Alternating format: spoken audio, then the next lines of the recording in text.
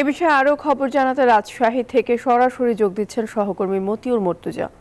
মর্তুজা, রাজশাহীতে নদ নদীর পানি বেড়েছে কিনা এবং সবশেষ পরিস্থিতি কেমন দেখছেন?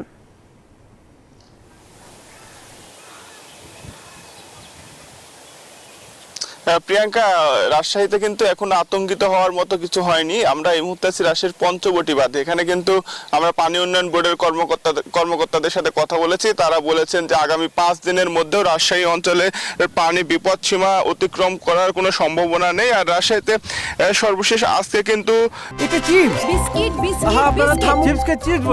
প্রাণ কটা আটা চিপস নাকি বিস্কুট খেয়ে বুঝে না 16.28 মিটার প্রবাহে পানি প্রবাহিত হচ্ছে। এটি বিপদ সীমার প্রায় 2 মিটার নিচে আরো 2 মিটার উঁচুতে পানি প্রবাহিত হলে বিপদ সীমা অতিক্রম করবে। তবে আবহাওয়া অফিসের কর্মকর্তারা বলছেন যে আতঙ্কিত হওয়ার কিছু নেই।